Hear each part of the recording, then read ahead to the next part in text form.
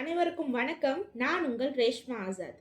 இன்னைக்கு நான் பேசுவதற்காக எடுத்துக்கொண்ட தலைப்பு என்ன அப்படின்னா, சுனிதா வில்லியம்ஸ் பத்தி. நம்ம எல்லாருக்குமே நிறைய சோஷியல் மீடியாஸும் நிறைய செய்திகளையும் பற்றி நமக்கு தெரிஞ்சிருக்கும் சுனிதா வில்லியம்ஸ் அப்படின்றது. ஆனா எனக்கு இந்த சுனிதா வில்லியம்ஸ் அறிமுகப்படுத்தியது யார் அப்படின்னா, என்னுடைய தந்தையும் என்னுடைய தாயாரும் தான். நான் இந்த சோஷியல் மீடியாவை பார்க்கறதுக்கு முன்னாடி இந்த சுனிதா வில்லியம்ஸ் இவங்களை பற்றின செய்திகள் எல்லாம் நான் அறிவதற்கு முன்னாடி எனக்கு இப்படி நம்மளுடைய சமுதாயத்துல நடக்கு அப்படின்னு சொல்லி அறிமுகப்படுத்தியதை யார் அப்படின்னா என்னுடைய தாயாரும் என்னுடைய தந்தையும் தான். நான் அவர்களுக்கு இந்த இடத்துல நன்றி சொல்லிட்டு என்னுடைய உரையை நான் ஆரம்பிக்கிறேன். அதாவது நிறைய பேர் பேசினாங்க சுனிதா வில்லியம்ஸ் எப்படி பிறந்தாங்க, எப்படி வளர்ந்தாங்க, எப்படி வந்தாங்க அப்படின்றது. ஆனால் ஒரு பெண்ணாக சுனிதா வில்லியம்ஸ் எவ்வளவு தூரம் வாழ்க்கையில சாதிச்சிருக்காங்க அப்படின்றது நம்ம பார்க்கணும் அப்படின்னா நிறைய விஷயங்கள் இருக்கு. ஒரு பெண்ணாக அவங்களோட நான் படித்ததுக்கு அப்புறமா அவங்களுடைய ஒவ்வொரு தகவல்களையும் நான் சேகரித்து நான் அதை அறிஞ்சதுக்கு அப்புறமா பார்த்ததுக்கு அப்புறமா எனக்குள்ள ஏற்பட்ட மாற்றங்கள் என்ன அப்படின்னா ஏராளமான விஷயங்களாகத்தான் இருக்கு. சுனிதா வில்லியம்ஸ் அப்படின்றவங்க என்ன அப்படின்னா 59 வயது மிகுந்த ஒரு பெண்மணி. இன்னைக்கு நான் இருந்து பேசுறேன் அப்படின்னா அவங்கள விட அவ்வளவு தூரம் என்ன அப்படின்னா வயது கம்மியாக இருக்கக்கூடிய பொண்ணுதான் நான் இருந்து பேசிட்டு இருக்கேன். அப்ப எனக்கு அவங்க எவ்வளவு இன்ஸ்பிரேஷனா இருக்காங்க அப்படின்றதுதான் என்னன்னா எனக்கு கன்வே பண்ண விஷயம். அதாவது சுனிதா வில்லியம்ஸ் அப்படின்றவங்க என்ன அப்படின்னா கிட்டத்தட்ட 2 முறை அவங்க பயணம் செஞ்சு இதுதான் அவங்களுடைய விண்வெளி பயணமாக 3வது முறை இருந்திருக்கு.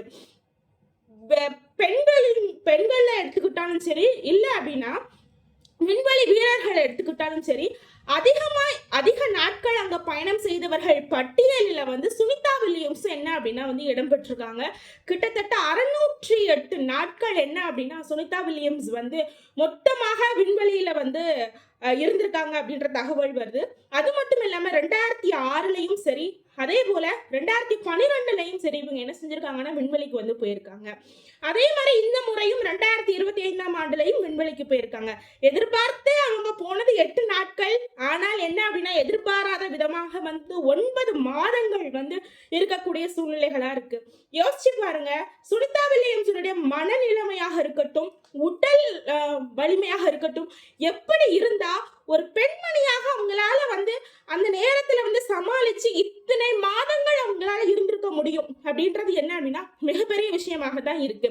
என்ன அப்படின்னு பார்த்தோம் அப்படின்னா நம்மளுடைய சமுதாயமாக இருக்கட்டும், நம்மளுடைய சொசைட்டியாக இருக்கட்டும், பெண்கள் அப்படின்றவங்க நிறைய விஷயங்கள்ல ரொம்ப அடிபணிந்தும் சரி, ரொம்ப பயந்து போயும் சரி, ஒரு சூழ்நிலை தவறாக நடந்துருச்சு அப்படின்னா உடனே அவங்களால என்ன பண்ண முடியலன்னா மீண்டு வர முடியாம பயந்து அதே நிலைமையிலே அவங்க இருந்துட்டு இருக்காங்க. ஆனால் சுனிதா வில்லியம்ஸ் போன்ற பெண்மணிகள் என்ன அப்படின்னா அப்படி கிடையவே கிடையாது.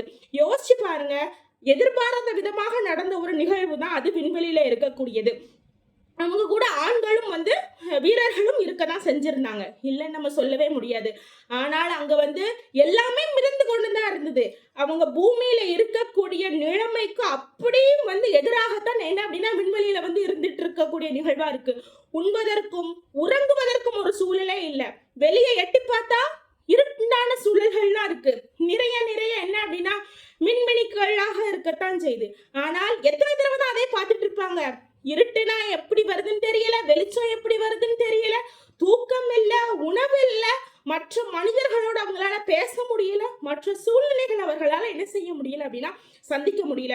அவங்க சந்தித்த பிரச்சனைகளும் இன்னல்களும் ஏராளம். ஆனால் அதை அனைத்தையும் ஒரு பிரச்சனையாக எடுக்காமல் சவாலாக அவர்கள் எடுத்தார்கள். அந்த சவாலாக எடுத்ததன் காரணத்தினால் தான் இன்னைக்கு அவர்கள் என்ன செஞ்சிருக்காங்க அப்படின்னா வென்றிருக்காங்க. இன்னைக்கு அதனாலதான் நம்ம அவங்களை பத்தி என்ன அப்படின்னா கவிதைகளும் கட்டுரைகளும் பேச்சுக்களும் ஓவியங்களுமாக நம்ம இன்னைக்கு என்ன அப்படின்னா அவங்களை வடிவமைத்து கொண்டு இருக்கிறோம்.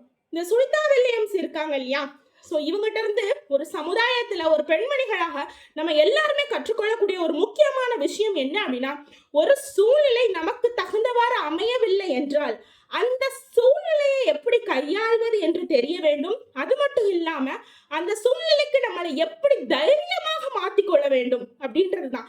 நிறைய பேர் ஒரு விஷயம் நடந்துருச்சுன்னா உடனே உடைச்சு போயிடுறாங்க, இல்லைன்னா அடுத்த கட்டத்துக்கு போக மாட்டுக்காங்க. தவறான எண்ணங்கள், தவறான சிந்தனைகள், தவறான முடிவுகளை தூண்டுறாங்க. ஆனால் சுனிதா வில்லியம்ஸ் அவங்க ஒரு விண்வெளியில இருக்காங்க, என்னனாலே செஞ்சிருக்கலாம் அவங்க. ஆனால் தைரியமாக தன்னுடைய தாய் இருந்ததன் காரணத்தினால்தான் இன்னைக்கு தன்னுடைய சொந்த ஊரால் மட்டும் இல்ல, மொழி தெரியாத அனைத்து நாடுகளாலும் போற்றி அவர்களை என்ன செஞ்சுட்டு இருக்காங்க அப்படின்னா இன்னைக்கு வரைக்கும் வாழ்த்து தெரிவிச்சிட்டு இருக்காங்க. அதனால சுனிதா வில்லியம்ஸை போன்ற பல பெண்கள் என்ன செய்யணும் அப்படின்னா நம்மளுடைய சமுதாயத்துல உருவாக வேண்டும் என்று சொல்லி எனக்கு வாய்ப்பு கொடுத்த அருந்தமிழ் சங்கத்திற்கு எனது மனமார்ந்த நன்றிகளை தெரிவித்துக் கொண்டு என்னுடைய உரையை முடித்துக் கொள்கிறேன். நன்றி.